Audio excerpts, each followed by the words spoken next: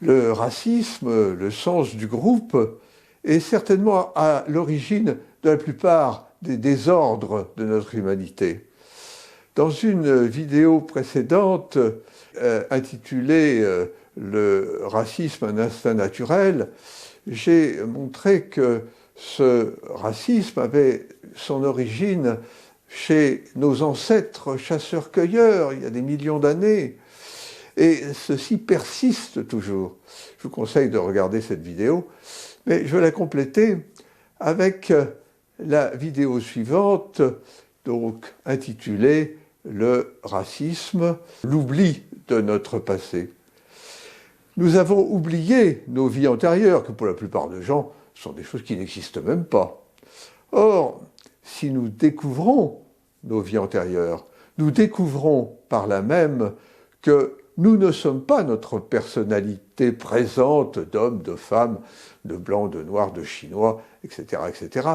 Mais nous sommes un esprit universel qui fait une nouvelle expérience terrestre pour apprendre. Nous pouvons le découvrir soit sur Terre, lors d'expériences, d'exploration de vie antérieure, je pratique ça depuis une vingtaine d'années, je fais en France, en Afrique, en Inde et même au Mexique. Mais nous le découvrons à coup sûr lorsque nous passons de l'autre côté du miroir, au moment de la mort. Écoutons le témoignage d'une personne qui a fait une expérience proche de la mort.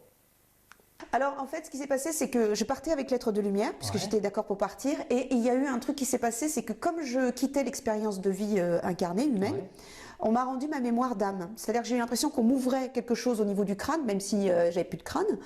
Et il y a eu comme une douche et d'un coup j'ai récupéré la mémoire d'âme. C'est-à-dire comme si je me rendais compte que j'avais été amnésique jusque-là. Et donc, qu'est-ce que la mémoire d'âme? Souvent on me demande, en fait c'est le rôle dans cette vie-là, la famille à quoi elle sert, les expériences qu'on doit faire, les vies antérieures aussi. Ah, toutes les vies antérieures, vous les avez vues, oui. Ou les plus importantes? En fait, j'exprimerais ça comme un zip. Vous voyez, ce sont des dossiers compressés qu'on vous met dans la tête et c'est tous des zips d'un coup. Voilà. Le problème c'est que, comme moi au moment où on me dézippait, on va dire, la mémoire, mon frère, j'avais vu mon frère effectivement descendre, parce que je continuais de voir toujours à 360, et mon frère et ma grand-mère ont réussi à décoller mon corps du lampadaire. Et le corps était toujours viable. Donc c'était concomitant au moment où j'étais en train de partir avec Lettres de Lumière. Et du coup j'ai été aspirée dans mon corps. Et en fait je pense que j'ai pas eu le temps de dézipper tous les dossiers, on va dire. Donc ce témoignage nous montre comment cette mémoire nous revient lorsque nous passons de l'autre côté du miroir. Je vous propose d'écouter aussi le témoignage du docteur Eben Alexander, qui a fait lui aussi une expérience proche de la mort. La conscience est primordiale et chacun d'entre nous avons accès, par l'intériorisation, à des aspects bien plus vastes de l'esprit. Nous pouvons le faire par la méditation, la prière ou d'autres moyens qui permettent d'élargir notre conscience afin de nous connecter à cet esprit universel. Et c'est précisément ce qu'on appelle l'éveil. Donc, à un premier niveau, c'est la preuve que le paradis existe. Mais cela va bien plus loin encore. Cela décrit la nature d'une réalité qui inclut non seulement l'après-vie, mais aussi celle de la réincarnation. Sinon, cela n'aurait pas de sens. J'ai été élevé en Caroline du Nord, dans une famille méthodiste, où l'incarnation unique, ainsi que les éternels paradis et enfers, nous étaient enseignés.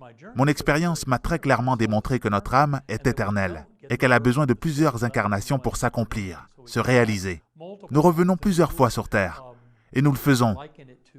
J'allais bien illustrer par l'analogie d'une école de poissons volants.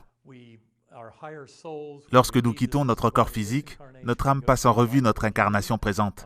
Elle revoit chacun des points d'enseignement de notre vie, qu'ils soient bons ou mauvais, afin de vérifier ce qui a encore besoin d'être appris, corrigé ou maîtrisé lors d'une prochaine incarnation. En revoyant notre vie, nous ressentons l'impact qu'ont eu nos choix et nos actions sur les autres personnes, pour le meilleur et le pire, et qui auront encore besoin d'être améliorées ou corrigées.